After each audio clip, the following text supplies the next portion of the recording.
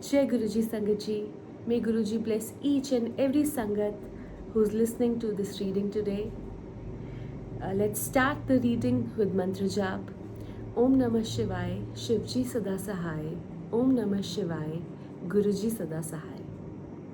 Sangat ji, today we will be continuing with the chapter 23, 24 and 25. Starting with chapter 23. Chapter 23, attempt of Himavat to dissuade Parvati, gods go to meet Shiva. Brahma said, O excellent sage, while Parvati was engaged in penance thus for attaining Shiva, a long time elapsed but Shiva did not appear. Then Himavat came there along with his wife, sons and ministers and spoke to Parvati, who had resolved to continue her penance. Himavat said, O Parvati, O fortunate one, do not torture yourself by this penance.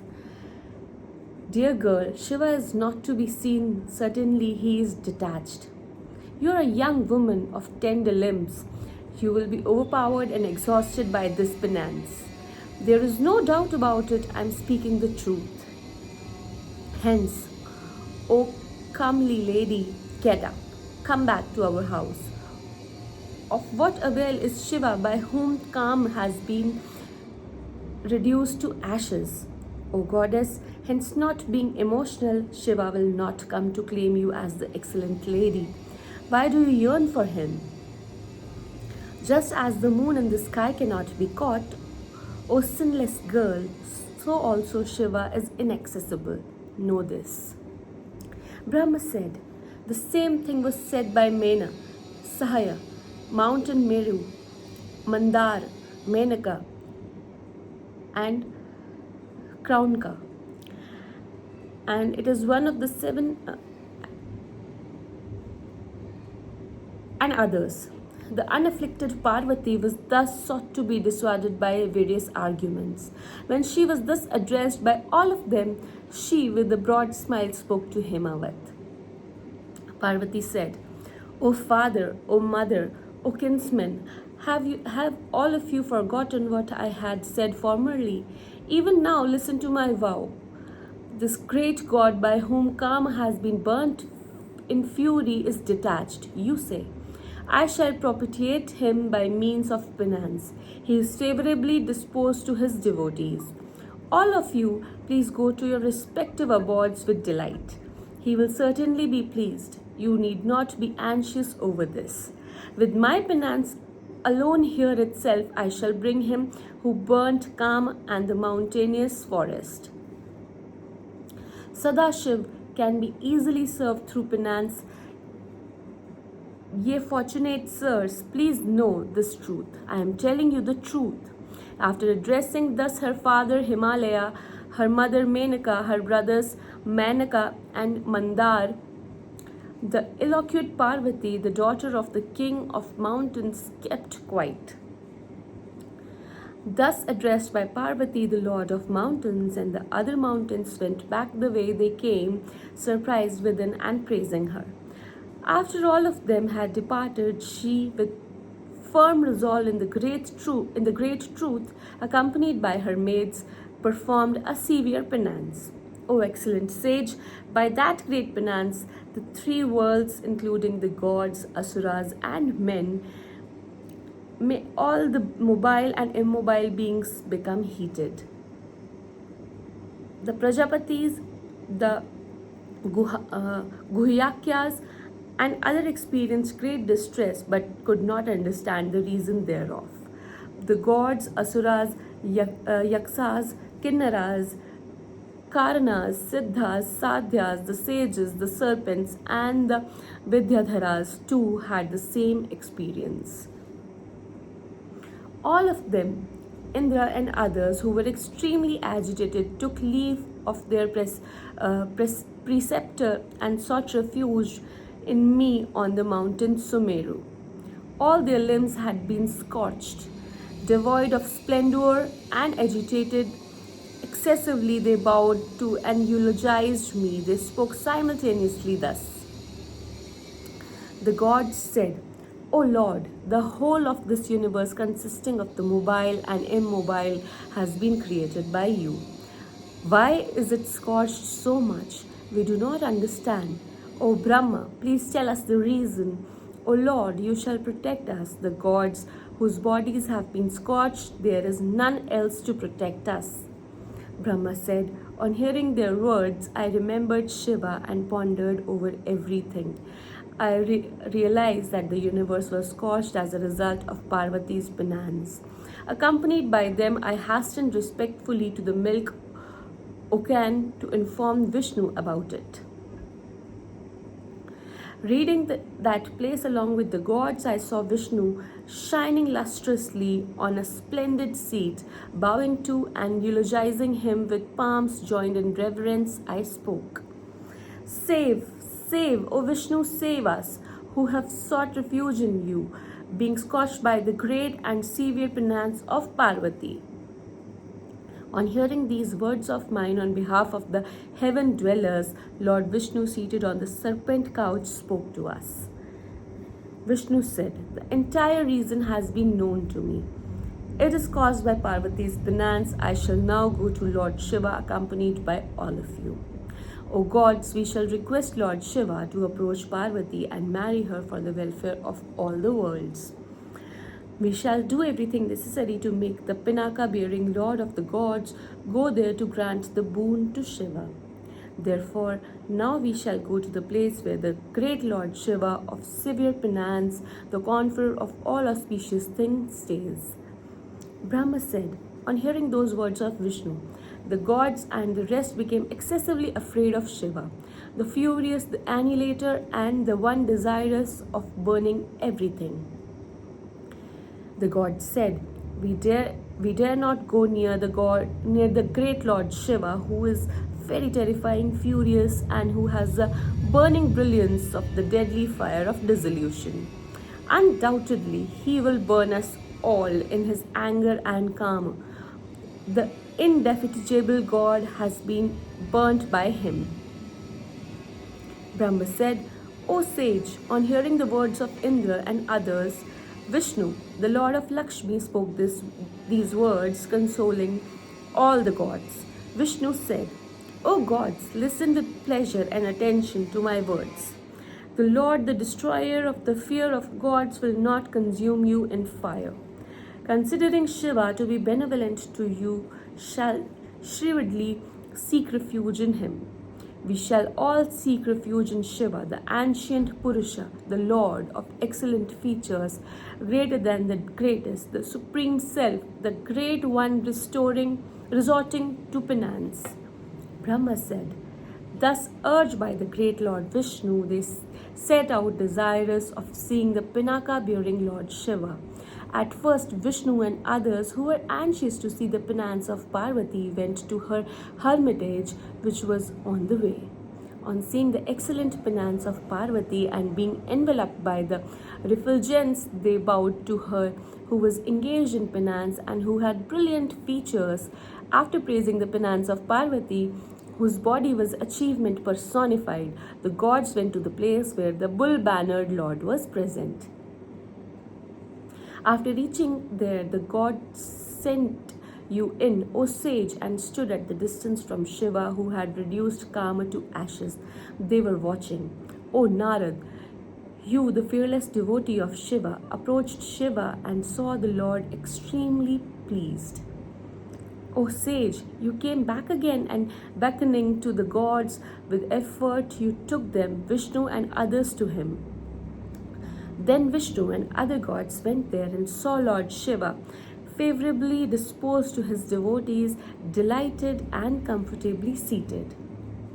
The Vishnu, the gods, the Siddhas, the sages, and I bowed to the eulogized Shiva seated in the yogic posture surrounded by the Ganas. He was seated in the form of penance. We eulogized him with hymns from the Vedas and Upanishads. Chapter 24. Shiva consents to marry Parvati. The gods said, Obeisance to Lord Shiva, obeisance to the destroyer of Kama, obeisance obeisance to one worthy of eulogy, to one of profuse splendor, to the three-eyed Lord. Obeisance to Shiva, clad in skin, obeisance to the terrible-eyed, to great Lord, and to the Lord of the three worlds. You are the Lord of worlds, you are the Father, the Mother, and the Lord. You are Shiva, the benefactor. You are particularly compassionate. You are the creator of all worlds. O Lord, you shall save us. O great God, except you, who else is competent to destroy misery? Brahma said, on hearing these words of the gods, Nandi Kesvara, who was endowed with great sympathy, began to inform Shiva. Nandi Kesavara or Nandi Keswara said, O foremost among the gods, Vishnu, other gods, the sages and the siddhas eulogize you in order to see you. They are being threatened by asuras, hence they seek some remedy and resort to thy feet, the seat of great fearlessness. Hence, O Lord of all, the sages and the gods shall be protected by you. You have been particularly mentioned as the kinsman of the distressed and favorably disposed towards your devotees. Brahma said, Shiva, who was thus informed by Nandi and who was extremely sympathetic, slowly reverted from his meditation and opened his eye. Then Lord Shiva, the highly efficient great Atman, reverted to his trance and spoke to the gods. Shiva said, O great gods, Vishnu, Brahma, and others, why have you come near me? Mention the reason for the same. Brahma said, on hearing those words of Shiva, all the gods rejected. They looked at Vishnu as if to introduce him to speak. Then Vishnu, the great devotee and benefactor of gods, mentioned the matter of great importance of the gods as mentioned by me before. Vishnu said, O Shiva, all the gods have come here to submit to your misery perpetrated mysteriously by Taraka. O Shiva, the demon Taraka will be killed only by your self-begotten son and not otherwise. Ponder over what I have said and take pity on me. Obeisance, O great Lord, to you. O Lord, redeem the gods from the misery brought about by Taraka. Hence, O Lord, Shiva Parvati shall be accepted by you and grasped with your right hand. Accept her hand as offered in marriage by the Lord of mountains. She is full of noble attributes. On hearing those words of Vishnu, Shiva was pleased and said, indicating to them the goal of good, eager in yogic feats as he was. Shiv said, if Goddess Parvati, the most beautiful lady, were to be accepted by me, she will be able to resuscitate calm on account of the marriage. Then all the gods, sages, and ascetics will become lusty and incompetent in the great path of yoga. Calm was burnt by me for the achievement of universal goal. It was the suggestion of Brahma. O Vishnu, no anxiety need to be felt in this connection. O Lord of gods, O intelligent ones, it is your duty not to be obdurate after considering the situation of what shall be done and what not. O Vishnu, a great favor to the gods has been done by me when Kam was burnt. May ye all stay free from lust, certainly along with me. Just as I, so also you, O gods, can without effort perform difficult tasks, being endowed with the energy of great penance. Come, not being with you, you can be endowed with the supreme bliss and be free from aberrations by means of spiritual contemplation, O gods. O Brahma, O Vishnu, O Indra, O sages, O gods, what had been done by Kam formerly and forgotten by you may be recollected and pondered over.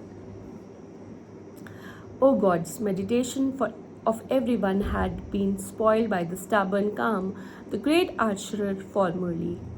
karma led to hell, lust to anger, anger to delusion, and delusion destroys penance. Anger and lust shall be eschewed by you, the best of gods. May words shall be heeded by you all and not otherwise. Brahma said, after saying thus, the bull-bannered Lord Shiva expressed the wish that Brahma, Vishnu, the gods and sages should speak.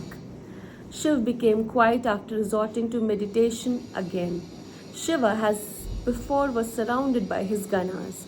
Shiva thought within himself his own soul, the form that is unsullied, free from distortions, aberrations, and ailments, the form which is greater than the greatest, eternal, free from sense of possession, free from obsessions, beyond the ken of sounds and words, devoid of attributes and knowable through perfect wisdom. Thinking upon his own features, thus in his meditation, the Lord, the cause of great enjoyment and protection, became engrossed in supreme bliss. On seeing Shiva again engaged in meditation, all the dwellers of heaven, Vishnu, Indra, and others humbly told Nandi. The god said, "What shall we do now? Shiva has become detached and he has gone on meditation. You are a companion of Shiva and pure assistant. You are omniscient. O chief of Ganas, we seek refuge in you. Please guide us. What is the remedy by which Shiva can be propitiated?" O sage, thus urged by the gods, Vishnu and others, Nandi, the favorite gun of Shiv, replied to the gods, "O Vishnu, O Brahma, O Indra, O gods, O sages, pay heed to my words gratifying to Shiva. If you persist still in your wish that Shiva shall marry, you shall eulogize with respect and piteous request. O gods, great Lord can be made subservient by the ordinary devotion. The Supreme Lord does even what shall not be done when moved by extraordinary devotion. O Brahma, Vishnu, and other gods, then act accordingly, otherwise go the way you have come. Tarry not." Brahma said, "O sage," on hearing his words, Vishnu and other gods, considering that it must be so, eulogized Shiva with pleasure. "O great Lord, Lord of gods, O ocean of mercy, lift us up from the great distress. Save us who have sought refuge in you." Brahma said. Thus the gods eulogized Shiva with many piteous entreaties. They cried loudly, being agitated by their devotion. Vishnu, accompanied by me, spoke out many piteous words, remembering Shiva with great devotion. Shiva was thus eulogized by the gods, Vishnu, and me. He, the great Lord, ceased his meditation due to his attachment for his devotees. The delighted Shiva said, heightening the pleasure of Vishnu and other gods after glancing at them with merciful looks, "Shiva is favorably disposed to his devotees." Shiva said, "O Vishnu, O Brahma, O Indra, and other gods, why have you all collectively come here in my presence? Tell me the truth." Vishnu said, "O great Lord, you are omniscient. You are the immanent being and the Lord of all. Do you know what is in our mind? Still I speak at your bidding. O Shiva, many kinds of miseries have befallen us due to the demon Taraka. It is for that you have been propitiated by the gods. For attaining you, Shiva is born of mountain Himachala. The demon's death can be at the hands of your son, alone begotten of her. This is the boon granted to him by Brahma. Incapable of being killed by others, the demon harasses the entire universe. At the instance of Narad, she is performing a great penance. All the three worlds, consisting of the mobile and immobile beings, have been enveloped by her effulgence. O Lord Shiv, please go and grant Shiva the boon. O Lord, destroy the misery and bestow happiness on us. O Shiva, there is a great enthusiasm in my heart as well as in those of gods to witness your marriage. Please get it performed in a fitting manner." The opportune moment for the fulfillment of the boon granted by you to Rati has arrived. Make your promise fruitful. Brahma said after saying this and bowing to and eulogizing him with different hymns. Vishnu, the gods, and the sages, all of us waited in front of him. On hearing the words of God Shiva, subservient to his devotees, laughed and replied, Shiva is a strict preserver of Vedic conventions. Shiva said, O Vishnu, O Brahma, O gods, all of you, please hear with attention. I am going to say a specific thing in a suitable manner. Marrying is not a proper thing for men. Marriage is a great fetter that binds firmly. There are many base bondages in the world. Association with women is the toughest of all. One can free oneself from all bondages except that of women. Anyone bound with nooses of iron and timber can secure release, but one bound with nooses of women never frees oneself. Worldly enjoyment tightens the bondage. Salvation is inaccessible to a man drawn to worldly enjoyment even in his dream. If he wishes for happiness, an intelligent man shall duly forsake all worldly pleasures. Worldly enjoyment that dooms persons is on a par with poison. O Indra, a man attains downfall even by conversing with a sensuous person. Great perceptors say the worldly enjoyment is a bitter beer mixed with sugar. Although I know and realize all these, although I have specific wisdom, yet I shall accede to your request and make it fruitful. I am definitely subservient to my devotees, hence I may do everything. I am known all over the three worlds as one who performs ill-fitting things.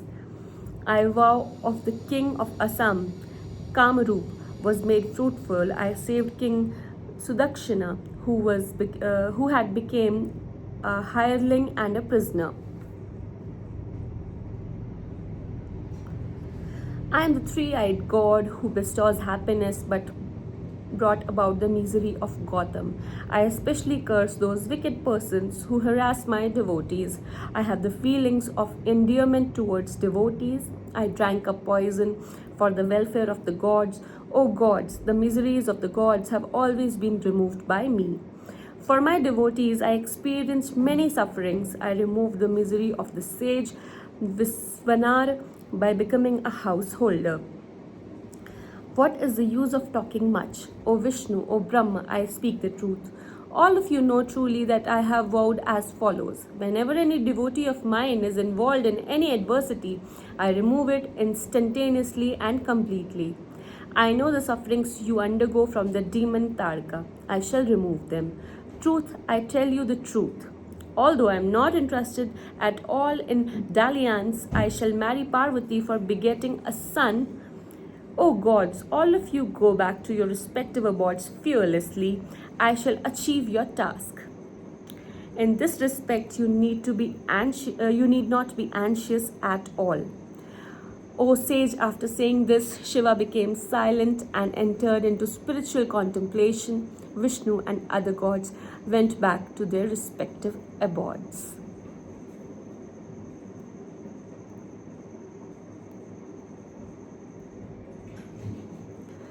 Sangatji, we will be stopping here today, and chapter number 25 we will be doing in next reading.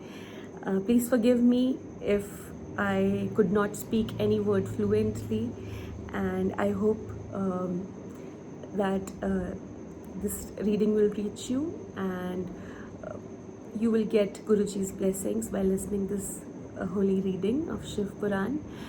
Thank you so very much for listening this, and जय गुरु जी. अनंतम अनंतम शुक्राना मेरे गुरु महाराज कि आपने ये reading मुझसे आज करवाई. मंत्र जाप से ही आज की रीडिंग हम ख़त्म करते हैं और ये सिलसिला ऐसे ही चलता रहेगा. तो ओम नमः शिवाय, शिवजी सदा सहाय. ओम नमः शिवाय, गुरुजी सदा सहाय. जय गुरु जी, शुक्राना मेरे महाराज, शुक्राना मेरे मालिक।